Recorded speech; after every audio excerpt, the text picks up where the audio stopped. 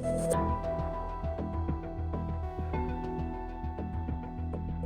everybody, welcome to another episode of Crime Lines and Consequences. I'm Eric Carter-Lundeen. And I'm Charlie Worrell. And I'm Justin. Welcome, Justin. We're glad to have you here today. Awesome. Thank you for having me on this wonderful sunny Sunday morning. Wow, you sound excited. So if you don't know that voice, that is the voice of Justin Evans from the Peripheral podcast, as well as Generation Y. Justin is a friend of mine and Charlie's, and we somehow manipulated him into coming on our show. Manipulated, meaning I sent an email. I think Aaron was supposed to be on, and then I thought I was supposed to be on, and then he had other things, so it just all worked out. And yeah, it's kind of funny how Aaron texted me yesterday. He goes, "Hey, it's just gonna be Justin. I'm leaving town." I'm like, okay. The things he does to get out of recording with us. Mm-hmm. Well, I thought I was recording, so I'd already planned on it. I appreciate that. Yeah. So we have some questions today. We do. We're talking about cold cases. Eric and I have covered a number of cold cases. I'm sure you have too, Justin, on your show. Yeah, it's been, and they're always, I think that we're getting more and more closer to being able to solve them with technology, but, we'll get into it. Yeah, there's still a lot of cold cases out there. And one of the cold cases that Eric and I have covered recently is actually out of Richmond, Missouri, but most people out here have not heard of it. It's the Reisinger disappearance. It's a mother and daughter who disappeared from Richmond. Now in Richmond, it is the story because Richmond's a small town. There's not a lot of crime there. But outside of Richmond, I don't really see it talked about. There's no current active advocates on the case. And so it just seems like it's sitting there. Yeah. And one of the things whenever we're looking at cold cases is we want to know how did it go cold? So having looked at a large number of cold cases, Justin, what do you think are some of those factors that determine whether a case is going to go cold or be solved quickly? Oh God, we could talk about this for an hour. This is a topic. Yeah, this is a topic by itself. First and foremost, if you don't know the identity of the victim, how are you going to find the perpetrator? Mm-hmm. And sadly, that's a reality in a lot of cases. People are found on the side of the road. Maybe their family has reported them missing in another state or 10 years before, and they never make the connection to even the identity of the victim. So how are you going to find who did it when you have no leads from there? Onward from there, I think if there's no interest in solving, and that's probably what we can all talk about is if it's somebody who who law enforcement deems a high risk lifestyle, something like that, if drugs are involved, if gangs are involved, there might not be as much effort to go in to solving the case, especially if it seems to be like a random shooting or something to that effect. I don't know. What are your thoughts on that? Yeah, street violence is a huge indicator that a case will go cold, because most of the witnesses are unlikely to talk to the police. They may have affiliations that keep them from saying what they know. So when I look at like cold cases here in Kansas City, and I go through the Kansas City police website on them, the number of them that they were shot in front of their house, they were sitting in a car and they were shot in a drive-by that are unsolved. I mean, that's probably the biggest number. Yeah. I think in New Mexico, we see a lot of course, missing and murdered Indigenous people. I think that there's a lot that goes into why those cases go cold in particular. Sometimes it has to do with jurisdictional issues. Sometimes it has to do with an untrained police force that's on the reservation that doesn't know how to investigate some of these cases. And then we get into other issues, specifically where I am, where there are sometimes law enforcement being involved in covering up certain investigations in order to protect people. And I see that a lot here in New Mexico. I'm sure it happens everywhere, but as I dig deep into my home state, that's what I'm seeing here. And it's weird, like it's either bureaucracy, we can't have a high homicide or unresolved case count, or there's somebody that, oh, well, we can't touch this person because he's the son of so and so and da da da da Mhm. da. And then something like a DUI or a drug overdose, but who sold them the drugs doesn't even get counted as a Right. homicide or as any kind of foul play. So there's ways they can skirt around the issue so they don't have to investigate. Absolutely. Did you wanna do the next question, Eric? Sure. Yeah. I know. Like we're so professional here, right? I have to give Eric chances to talk or I'll just talk over him the whole Oh, time. Yeah. So this is for anybody, I guess. But what do you think influences whether a case will get media attention or not? I mean, race, gender, age, and the determination of their family and friends to Mhm. hammer home to the media and to law enforcement. I mean, we can talk about each one of those topics individually, or just, Yeah. that's a thing. Did Um, you ever do that? I don't remember what the quiz was. I think it was like Washington Post or something, where it was like, what is your media relevancy score if you were to go missing or if you were to die today? Mm. I And haven't done so, oh man, and like for Eric, me, I'm gonna guess you didn't score well. I didn't score high as a Mexican homosexual in my 40s, male. Yeah. Very, very low on the totem pole in terms of Mhm. media exposure if something were to happen to me. Yeah. Yeah. So, I Well, mean, I'm a loving mom who lights up a room, so I would be really, like, high. I yeah. mean, even though I am in my 40s. From the Midwest From the too. Midwest, a very Yeah. wholesome portrayal of me in the media. I expect it. I sadly, I always picture the headline, 47-year-old man found dead in a ditch, cause of death unknown. I hate thinking about that. Yeah. Yeah, well, with the media attention, something that I is going on really as we're recording this. I mean, this will come out in a few weeks, but as we're recording this, kind of a hot topic right now is Riley Strain was a University of Missouri Mizzou student who went missing in Nashville. Well, there is a 19-year-old from Tennessee who is currently missing here in Kansas City. Um, and he has not gotten nearly the attention that Riley Strain's case got. And you can kind of see the things Justin said. He's Black. He was having a mental health crisis at the time. His family was trying to actually get him to the bus station to go home, and he had been picked up by the police at his family's request for an evaluation at the hospital. So he was having a mental health crisis. He's a young Black man, and the only media attention it's getting is because his grandmother, who lives in St. Louis, came out here to Kansas City and basically demanded somebody pay attention. Mhm. He's been missing since February 1st, and he was Wow. last seen just walking down Troost, Yeah. which Justin knows Troost. Yeah. Everybody in Kansas City knows Troost. Troost is where Kansas City was redlined.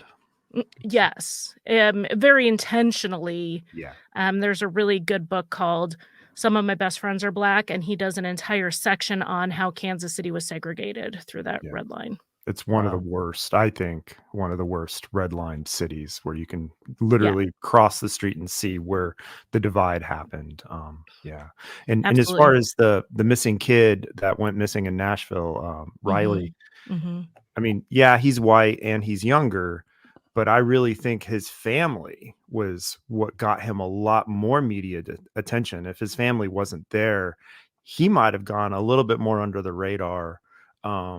But he did have those other things going for him too. Yeah, so Montez's case wouldn't get any media attention if his family Yeah, wasn't here doing like, yeah, literally fighting for it, and yeah, even then, I he's been missing since February 1st, and I actually just heard about it the other day, and I pay attention, and yeah, he went missing is practically, like, the backyard of my kid's high school, so, like, how do I not know about this? yeah, I think it is really up to the family most of the time to push and to ask and to beg and to plead and to harass. It's really, it takes so much effort just to get one media outlet to pay attention to you.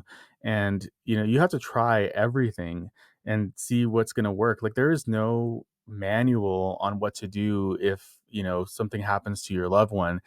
You really kind of just get tossed into it and don't really know what the first step, second step, third step is. You just kind of have to make it up as you go. We talked about that on our last conversation, Charlie, when we were talking about Jacob's case, that like you really just don't know where to turn, and it's just like the most confusing game of chess, I think. And so um, there are some cases where a young white affluent girl goes missing or gets murdered, that is going to get picked up just naturally by the media. But for anybody else, I think it really does require a lot of work, a lot of effort to get that attention. Yeah. And what's it called? Missing white girl syndrome or something? Yeah.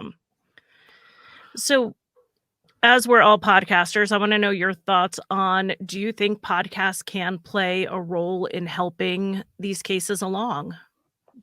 Eric, you're You're nodding, Eric. Yeah, I do think that they have the power and the ability to do that. I think that some creators choose another route of telling these stories, which may not be as helpful. But I think that podcasts do have the opportunity to highlight these cases in a way that traditional news media cannot, which is to really give power back to the families that are stuck there fighting for justice, and to allow them to tell their story in their words without editing them for context, which I think is super important. And then the other part of it is like that awareness, right? It is a little bit easier to get on a podcast to tell your loved one's story than it is to go on Dateline or, to get picked up by 48 Hours. So I think that it can be a really good tool if it's handled with care, in my opinion. And sometimes it's your only outlet because nobody else will give it attention. Yeah. Yeah. I covered a case once with a family, and they were contacted by one of those big national shows, a Dateline, 48 Hours, 2020. I won't say which one. And they were basically in the early stages of wanting to cover it. And they had the family on board. They had his friends ready to interview. And then the police said, no, this is an open investigation. We don't do interviews. And they said, well, if we can't talk to the police, we don't have a show. So they dropped it. Yeah. And it's a man who was killed in a home invasion. The belief has been, the case has since had arrests, but he lived in a cookie cutter neighborhood in KCK, Kansas City, Kansas. When Justin's here, I just start going to local lingo here. Kansas City, Kansas. He lived in one of those cookie cutter neighborhoods of raised ranches. They're all over the Midwest. And he had a neighbor who had a very similar vehicle to his, and they think they went into the wrong house. And they couldn't get it on this TV show because the police wouldn't cooperate. The police wouldn't do the media. And Whereas I kind of get that because they want both sides. I mean, Mhm. sometimes if you just have the family side of the story, it's Right. incomplete, or sometimes even outright, just they don't have enough information. Mhm. But at the same time, it's just, I think any coverage is good. And I mean, Yeah. half the time the media will cover things and they'll be like, go ask somebody and they'll say no comment, but they're still doing the story. So why, Right. what's the difference? It's like, why, Yeah. this shady car dealership's ripping people off, but you won't do a murder case because the police aren't Mhm. talking? I don't know. Yeah. Fortunately, by the time I covered it, it was cold enough that Crime Stoppers was involved. And Crime Stoppers here in KC is fantastically run. And he will stop what he's doing to do interviews. Yeah. So I talked to the detective with Crime Stoppers, and that it was great. I mean, he didn't really have much information he was allowed to share, but he would do an interview, which is what these shows want. But by that point, it had been years, and the other show had moved on, which thankfully, as independent podcasters, we don't really answer to. Nobody's telling us what cases we can and can't cover. No. Nobody's telling us there's not enough information there, that's too short. Nobody cares about that case. Nobody tells us that. We just do what we want. We cover what we want. And so we can give that platform to cases that aren't getting media attention otherwise. Absolutely.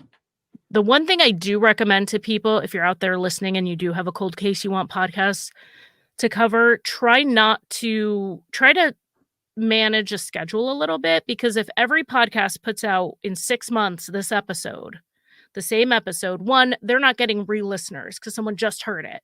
Now they might re-listen a year later, but they're not going to re-listen right away, and that makes them less likely to share it, and it makes it less likely to show up in like a Google search. What you really want is continuous coverage. So do 2 to 3 podcasts in the first 6 months, then do 2 to 3 more in the next 6 months, then 2 to 3 more in the next, and then you can get 2 years worth of coverage versus 6 months, which is not going to get you what you want, the lasting coverage. And I know it's kind of overwhelming to think of. I mean, Eric, are you sitting there thinking about media strategy when you're in the throes of grief and frustration? No. Obviously not. But if I could give advice to someone out there who's doing cold case, you start getting interest, so you want to jump on it while it's hot. I'll tell you, a lot of these independent podcasters will still be here in a year ready to cover it. Well, there's no book, and you guys are writing it right now. Yeah. It's very true. It's definitely like really hard to navigate that kind of world of strategy for media, especially when you're not somebody who is involved in PR, or who even has like a basic understanding. Like, I don't know how to write press releases. I have to ask people that I know to help me because it's not something that I've ever done. And so, but those are the things that are very helpful in getting attention with these cases. So I think it's just really difficult to navigate it. But I think that true crime podcasts for me have been kind of like the easier entry into that realm of getting coverage. Yeah. It's definitely an area you can try. This next question, I'll go ahead and read it. Justin's jumping in as a host. Love it. With unsolved cases, we never know what factor in the victim's life may be the key to the case, but that doesn't mean an arrest or pot possession from 20 years ago needs to be mentioned. What privacy considerations do you take into account when discussing the lives of the victim? This is absolutely something near and dear to my heart, because just because the victim had used drugs, just because the victim had a criminal record, doesn't make them any less valuable, doesn't make their life any less than, somebody who had their whole life ahead of them, going to college or whatever it is. I only bring it up if it's relevant. I mean, relevance is the key here. And if they were buying drugs and we think the suspect is the dealer, well, now it's relevant. But if they were drinking 2 days before, or if they, smoke pot every day, but then somebody breaks into their house on a home invasion and stabs them to death, why does it matter? It's all about relevance to me. I think I take a little bit of a different approach to that, just because I work really hard to debunk the myth of a perfect victim. I think that it is super important to understand that everybody has their own struggles and their own challenges in their lives. And that doesn't mean that they deserve to be murdered. That doesn't mean that they deserve to be attacked. And so if the family's comfortable with it, we often we do go there. We go like, hey, this person had a difficult time with depression, which led to some drug addiction issues, which has kind of, so I think that it is important to allow the families to decide kind of how much of that information needs to be divulged. But to your point, if the family's not involved, I also agree with you, Justin, that if it's relevant, then definitely talk about it. Another thing that I try to really be cognizant of is if there's witnesses or victims who were underage at the time of an incident, I don't name them. I just try to keep that as a normal policy as it pertains to privacy for these cases. Yeah, I don't name minors. I generally change their names unless they've spoken as an adult. Then it doesn't, make sense. I don't, like, if I covered JonBenet Ramsey, I wouldn't change her brother's name because it's just so publicly known. It would be like performative at that point. But with witnesses who are adults, I'll leave out their last name because nobody needs to know their last name. I don't even need to know their last name. So it's just easier to be like, a witness named Ben said this or did this. And then it gives Ben some additional privacy, even though, you look up the case and you find most of this stuff. I do it because it makes me more comfortable that way. But when we're talking about like the past of someone, I'm working on research for a case coming up on Crime Lines where the victim was exploited.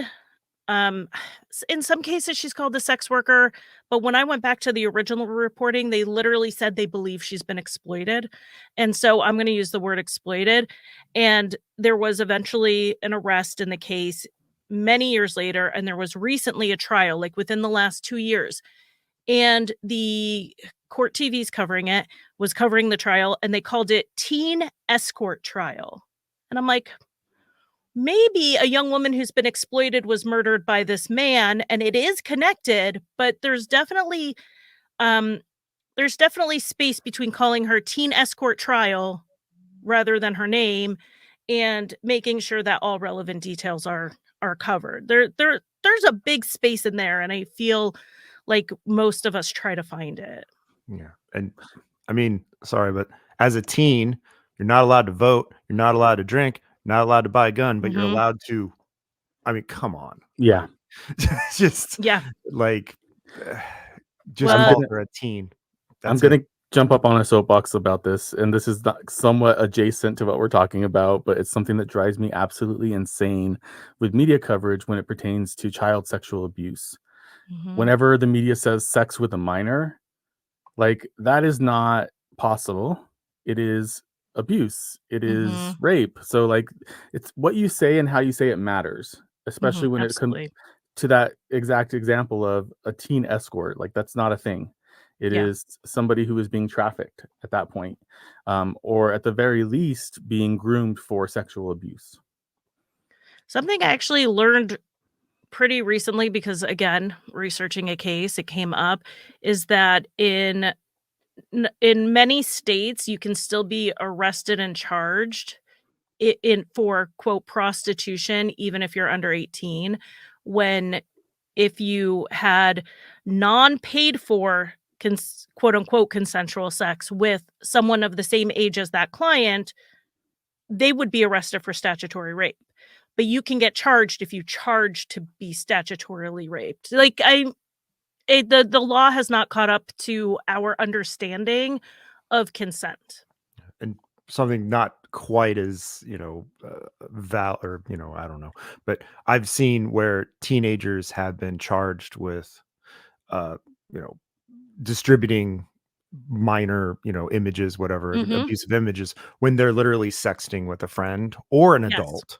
And I'm like, well, shouldn't the adult get charged, not the, 15-year-old girl? Like, I don't know. It's just Yeah, insanity to me. I've had to warn my kids that if they my teens, if they're exchanging images with even if they're 17 and they're exchanging them with a partner, like, 1, I don't think they should do that, but 2, if they do that I can't control a 17-year-old. If they do that, they or their partner, even if they're still underage, can be charged with having those images. Yeah. Yeah. And, that's not really, in my view, what those laws are for, but, Yeah, Exactly. uh not only charged, but also forced to register as a sex offender, mhm. Yeah. Yeah. which yeah, doesn't make any sense. Yeah, and then we'll see somebody actually rape someone and get, 6 months probation.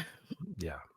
How do you approach a case where there's a clear lack of evidence or worse, conflicting reports that are out there? How do you make sure your reporting is accurate and informative? This comes up a lot with cold cases. Oh, yeah. And and, there's so, family, law enforcement, journalists, they all have their own story, their own narrative. The law enforcement can be like, "Well, we found drugs, so they're a drug addict," and just shut down there. Uh, I've done this so many times and I've been caught where I've actually gone back and redone an episode or even halfway through the episode go, no. and change up my thing. My only example, I was doing an episode on what was her name? Candace Hiltz, I think. And she was shot at home. The investigation was botched. Police officers were saying her brother did it, but he was up like living in the woods and nobody could really say he was there. But she was shot from front and the back, Then case goes cold and you find all this evidence in one of the police officer's personal storage unit that he stopped paying on. And so it was like a storage wars thing I where was they were gonna bidding on say. it. It just gets worse and worse and worse. Oh my So god. obviously the family's narrative is the cops are covering this up and blah blah blah blah Mhm. blah. And then I was following that narrative. I was like, yeah, this is so screwed up because the investigation was a complete mess. Mhm. But then I actually saw the ballistics evidence. I saw crime scene photos and I saw where she was shot. And I was like, actually, I do think the family member might have been responsible here because it makes more sense. But that case was such a mess because of the investigation that, Mhm. you know, it's hard to navigate that.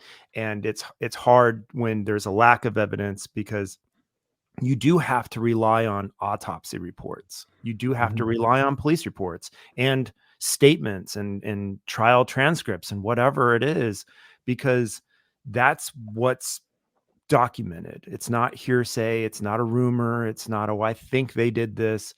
But at the same time, we know that a police report can be flubbed. We know that we can have two different autopsies or forensic pathologists give different interpretations of things. So Mhm. there's no right answer to this question. You just got to do your best, Yeah. Mhm. you know?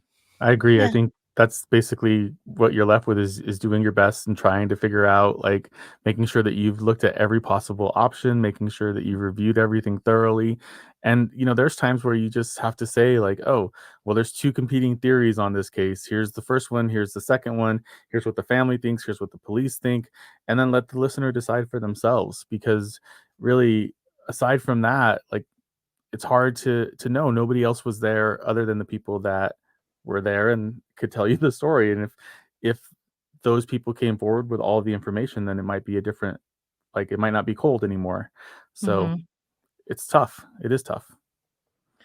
Yeah, I think it's funny when we will watch a show that is police heavy, some of these true crime shows, especially the short ones, the Forensic Files length ones where the cops are most of the interview and they're like, "This case meant so much to me. I took the file home and I was looking at it day and night."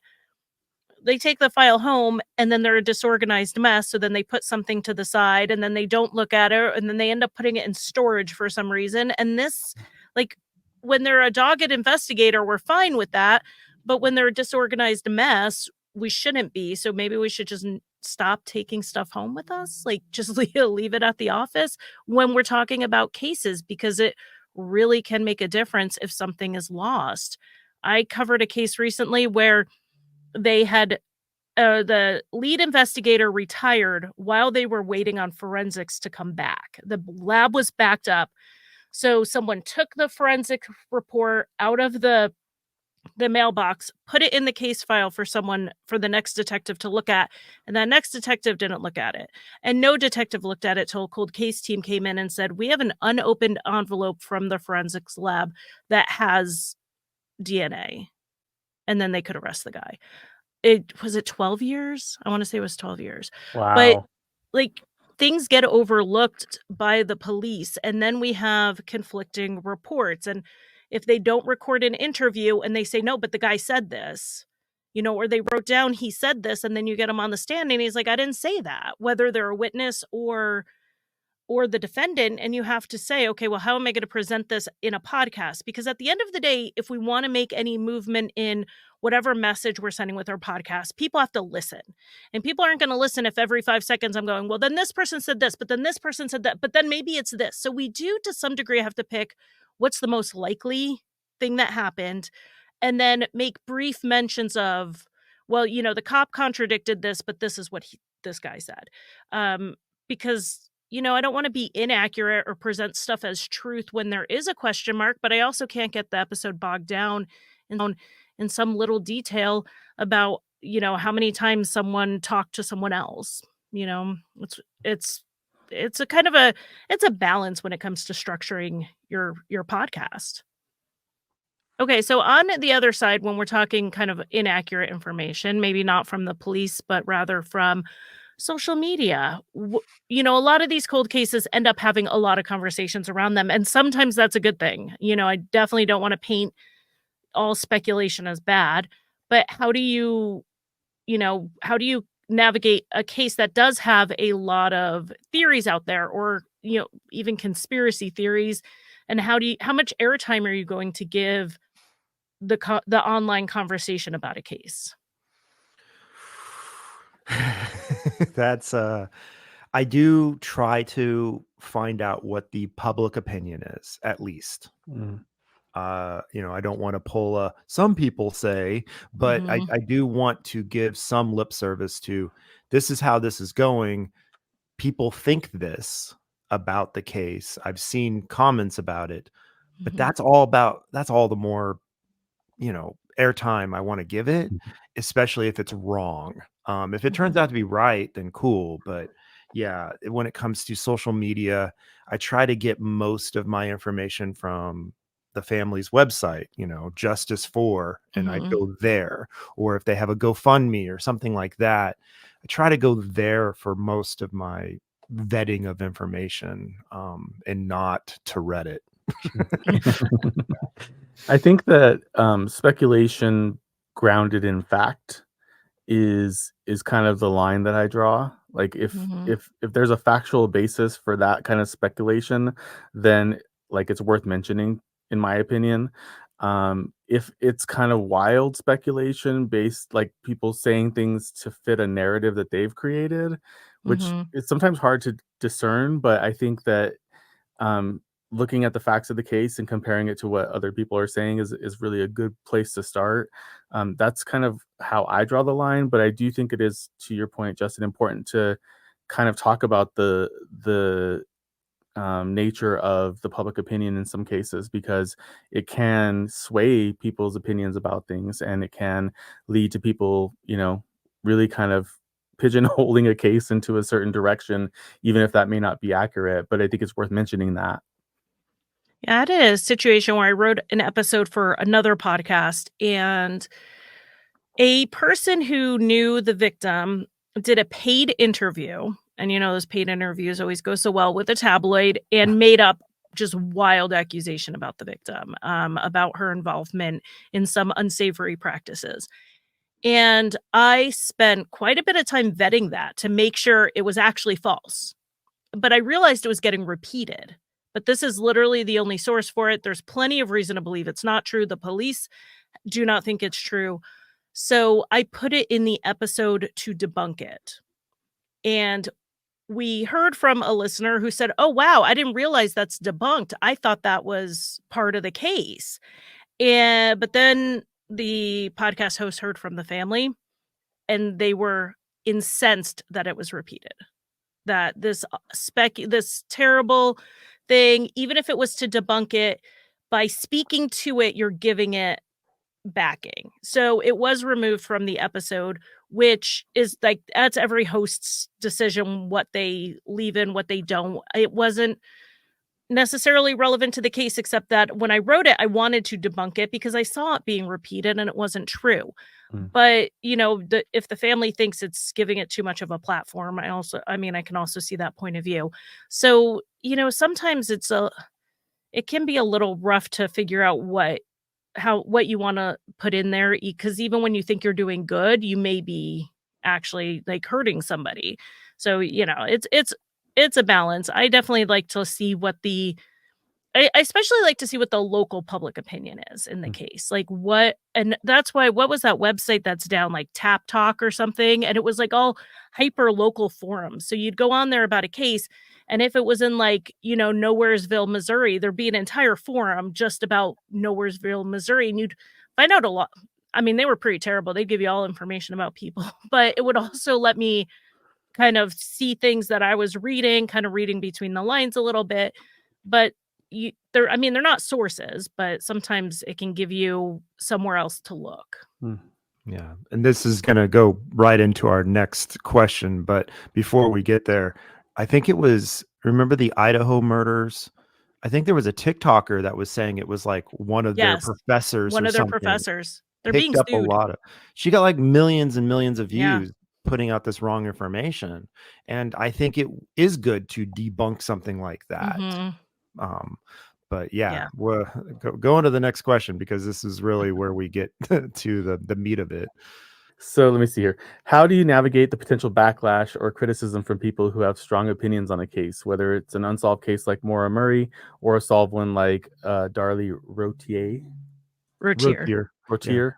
Yeah. And how do you, I would like to add to this question, how do you deal with the backlash from the family too? Not just people with strong, I mean, they have the strongest opinion about the case. So, I mean, when it comes to popular cases, Casey Anthony and Maura Murray, I just try to avoid those now, because what am I going to add to this conversation?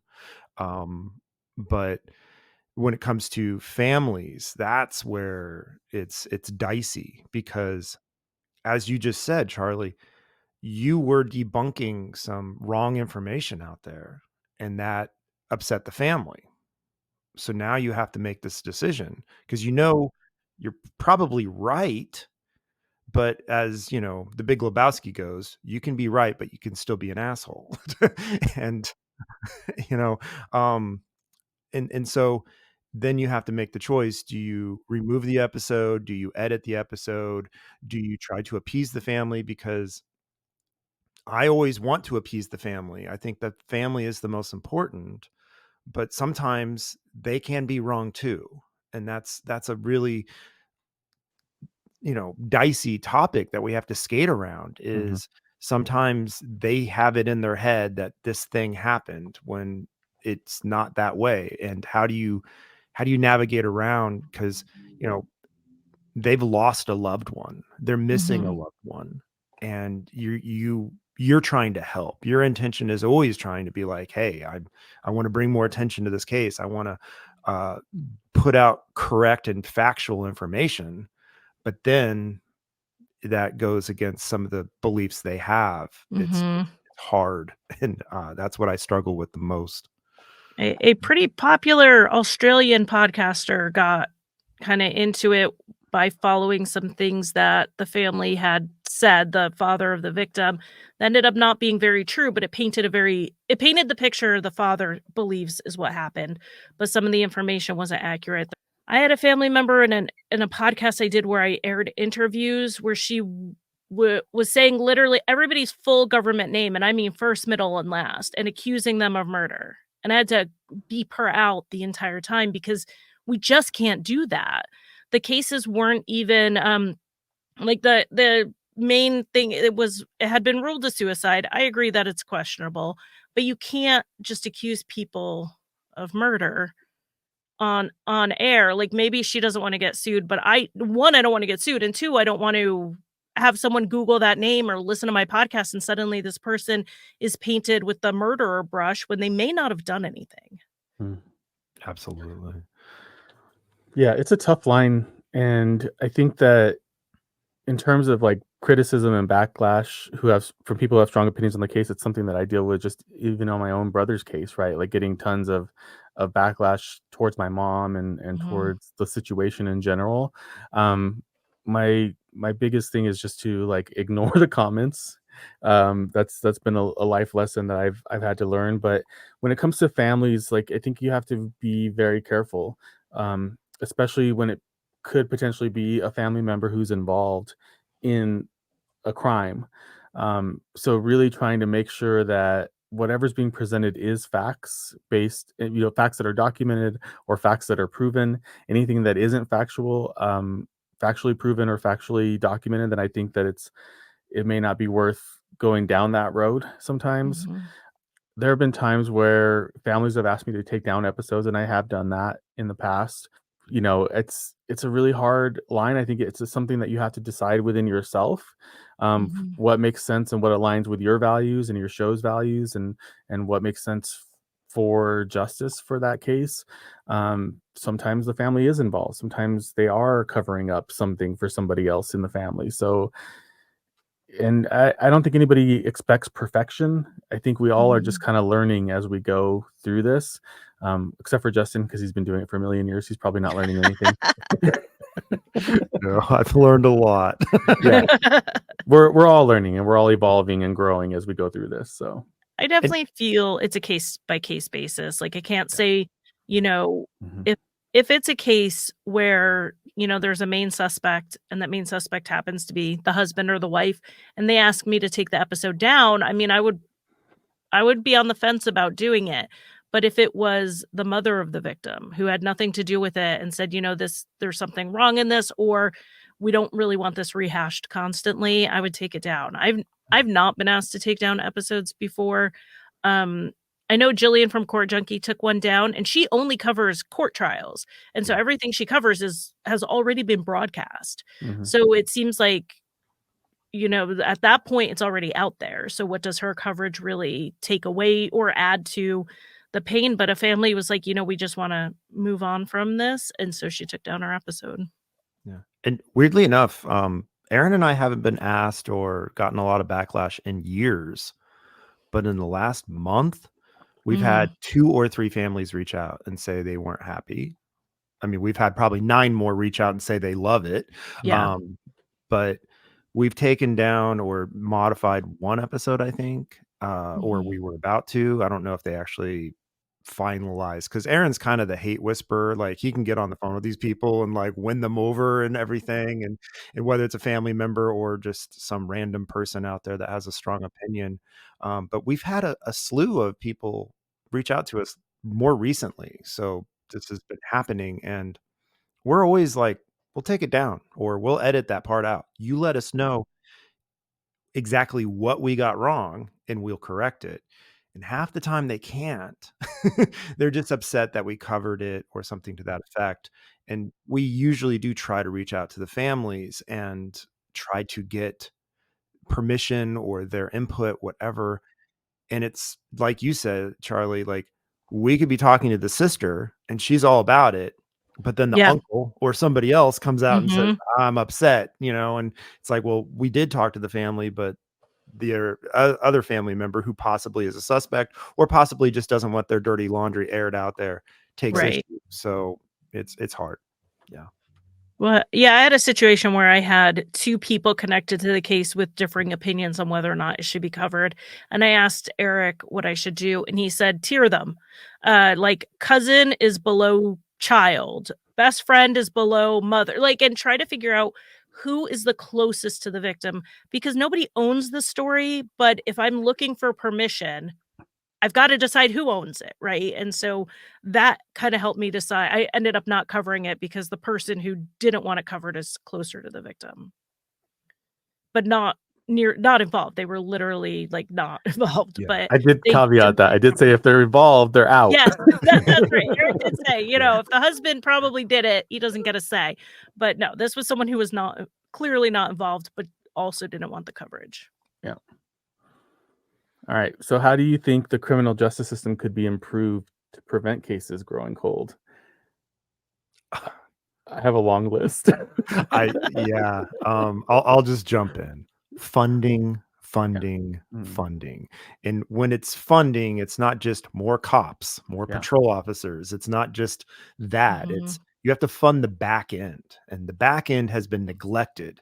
And that back end is evidence lockers. That mhm, back end is, chain of custody, more people to make sure that they're not just taking the file home, as Charlie said earlier. mhm, Um, you have funding for body cams, dash cams, because now it's not just, oh, they said this and it's rumor. It's, did they say it? Because we can just watch the video. right. Funding for even prosecutors and judges because I know not a lot of cases will go to trial, but if you only have one prosecutor or a couple prosecutors and they're overloaded, just like half the public defenders are overloaded, they might not look at this case and go, that's not a win for me. And I got better cases. So it's just funding and it doesn't have to be just police officers. It's the whole entire system needs funding. And people never think about that because it's like infrastructure bills. It's not sexy. It's like, oh, I want to fund this, but I don't care about the bridge that's falling apart. Well, you should care about the DNA evidence or the rape kits or whatever being tested because you're going Mhm. to find these people a lot faster. I think I'll another drop my aspect soapbox. another aspect of funding is training, right? Like, I think there's a huge opportunity to train some of these rural areas to be able to investigate these cases, or provide them access to the resources that are available at a state level, or even a federal level that they may not have access to. So that goes back to funding, right? Resource Hmm. as well. I think the other thing that really is important is to train and educate law enforcement about, you know, not ignoring cases because somebody is addicted to drugs, or because somebody Hmm. is a Native American, or whatever the reason is. Like, I think there needs to be some more understanding built in our law enforcement system towards acceptance and inclusion and equity when it comes to investigating a lot of these cases. And something real quick, something they've been trying out in Kansas City and other cities is they have like mental health professionals that now go out if somebody's having a mental health crisis, or maybe they're having a diabetic attack, because they didn't get their insulin. Because when you send a cop, you send a hammer, everything looks like a nail. But you send a medical professional and be like, oh, I see what's going on here. And they can treat this person as opposed to arresting them, charging them with assaulting a police officer because they're out of their mind and they don't have any culpability to their actions at that Mhm. point. That actually is kind of along the point that I was going to make. Is I heard on a podcast many, many, many years ago, they were interviewing a police officer who had left being in law enforcement, was working kind of as an advocate for improving the system. And something he said is that police officers just historically were not meant to be detectives. People hired detectives. Back in the day, police officers just patrolled. And what we need, and as we've asked police officers to do more, to be detectives, to be Sherlock Holmes, we haven't met them with the educational backing. Why does the person who teaches my 6-year-old how to read has more education than the person trying to solve a murder? And understand forensics and understand procedures and interview people and understand the psychology of it. Why does a kindergarten teacher have more education than that?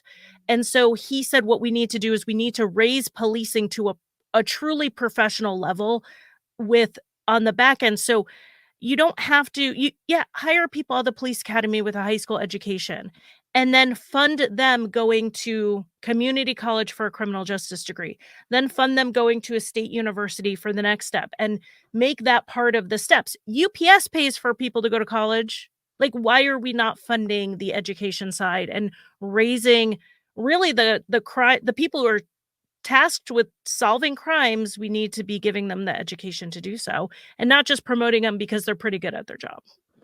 Yeah, I think there's also a huge opportunity for educating people on trauma and Mhm. how to deal with trauma in those situations. And so, whether that means bringing on separate psychologists or social workers into the police force, to your point, Justin, to help with that, I think it's super important. But also, when it gets to the attorney general, the district attorney, like, those victim advocates should be trauma informed. And my experience has been they are not. And so I Right. think that there's a huge opportunity there as well. Not to do with cold cases, just, an In general. ancillary assistance. Yeah. Yeah.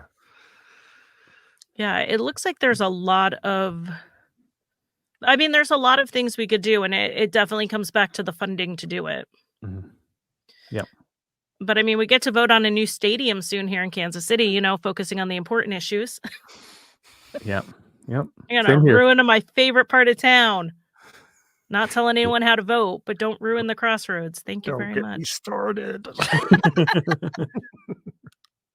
Yeah. I don't even think we needed a new airport myself, but I know. Now I have to walk so far to get to my airplane. I liked our old airport. I know Yeah. people, made fun of it, but I liked our old I did not airport. like needing the restroom in that airport. Oh, no. Yeah, the That's not airport fun. I will say the airport was a lot better before all the security features, Yeah. because you used to literally just walk through that door right to your gate. Now they have to funnel you through stuff. But did anything happen? Nothing Did you die?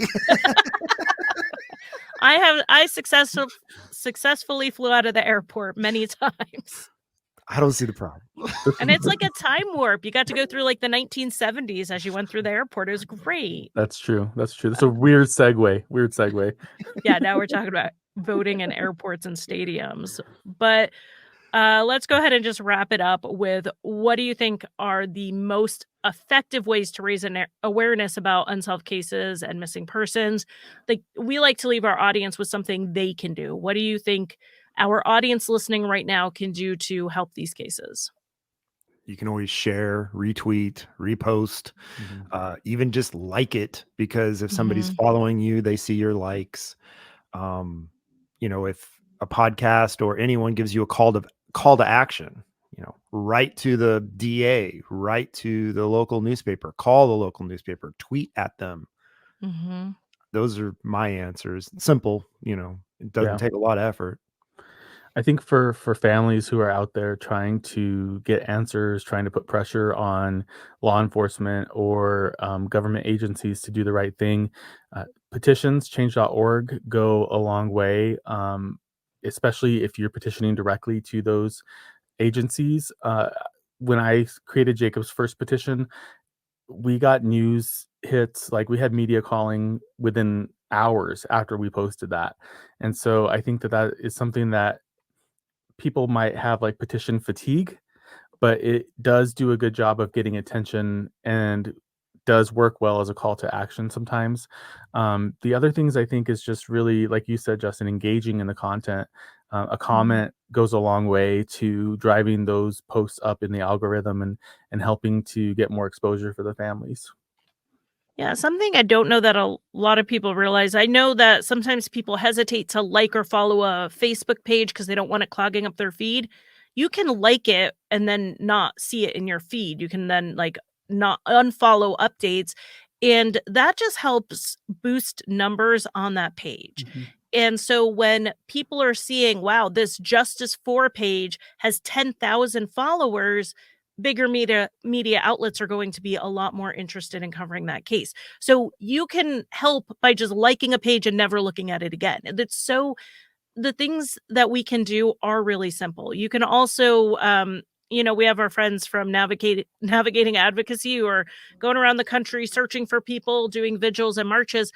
Just look in your local area, because I'm sure there's going to be some type of search needed or some type of vigil happening within the next year that you could attend. And if that's something you're comfortable doing, that can also, again, boost the numbers and make people look at this case. And catch the attention of some reporter who's now going to come Hmm. down and cover it, Yeah. whatever it is. Yeah. It's hard though. I mean, it's like you don't have the PR firm to help you navigate this, and you don't Right. have Google search engine optimization to be like, okay, how can I get this story out? So it's just Hmm. we're reliant on social media likes, reshares, and organizing events, whatever Mhm. it is. I know that if you do have a news article out there, a Reddit post out there, and maybe a YouTube video, Google will promote that higher because it Hmm. hits all these marks, checks all these boxes. So, but SEO changes every day too. So what I'm saying Right. today could be different tomorrow. Absolutely. Yeah. Yeah. It's just important to do something, because you never know what thing's going to help. Even if you have a podcast that has 500 listeners, one of your listeners might be the one who knows something or knows somebody who does. You just really never know what it's going to take to get that last piece of the puzzle for some of these cases. Anything else we want to add before we wrap this up?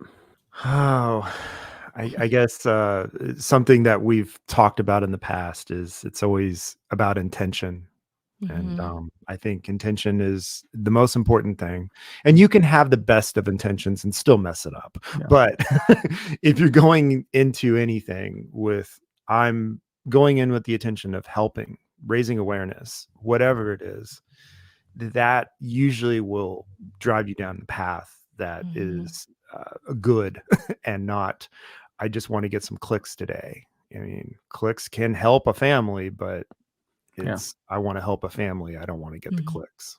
It's also not about perfection, right? I think that all of us, consumers, creators, all of us are learning through this as we go through it, and it's more about how you react when you get called out on what was wrong.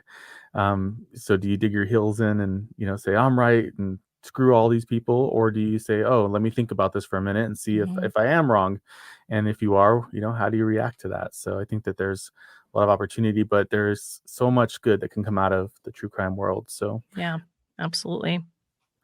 all right, well, if you want to be part of the conversation, follow us on social media.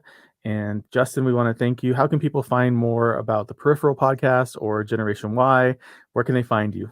I mean, I'm on Facebook, and I mean, Generation Y, I'm everywhere. So it's just your Generation Y podcast, it's out there. But Peripheral, I'm on Facebook, Instagram, and just go out and you'll see my face. I'm thinking about changing my logo, but it's a black and white logo with my face because now there's a TV show and there's other podcasts called it. So look for that. And it's more interviews about people that have survived events in their lives. So if you're not hearing about that, then you're listening to the wrong podcast. Awesome. All right. Well, thank you, everybody. We'll see you next time.